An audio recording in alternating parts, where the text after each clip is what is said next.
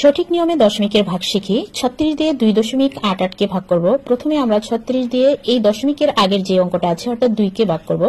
36 এর থেকে কিন্তু 2 ছোট। যদি আমরা একবারও ভাগ দিই তাহলে কিন্তু 36 কে 36 হয়ে যাচ্ছে, অর্থাৎ বেশি হয়ে যাচ্ছে। যদি একবার ভাগ দিলেও বেশি হয়ে যায় তখন আমরা তাকে 0 দিয়ে ভাগ করব, তাহলে 36 এর 0 0। এবার বিয়োগ করব, 2 থেকে যদি 0 বিয়োগ করি 2 থাকে। এবার আমরা দশমিকের পরের অঙ্কটাকে নামিয়ে আনবো। দশমিকের পরের অঙ্কটা নামাতে হলে আমাদের দশমিকের কাজটা আগে করে নিতে হবে, অর্থাৎ বাহ্যের যে স্থানে দশমিক আছে আমরা বাক্যলে সেই স্থানে দশমিকটা বসিয়ে দেব। এবার দশমিকের পরের অঙ্কটা নামিয়ে আনবো। এবার কত হলো 28। 36 থেকে কিন্তু এখন 28 ছোট।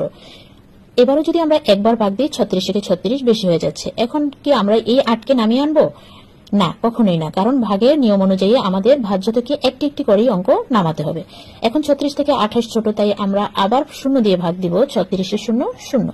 এবার যদি 28 থেকে 0 বিয়োগ করি কত থাকে? 28 থাকে। এখন আমরা এই 8 কে নামিয়ে আনবো।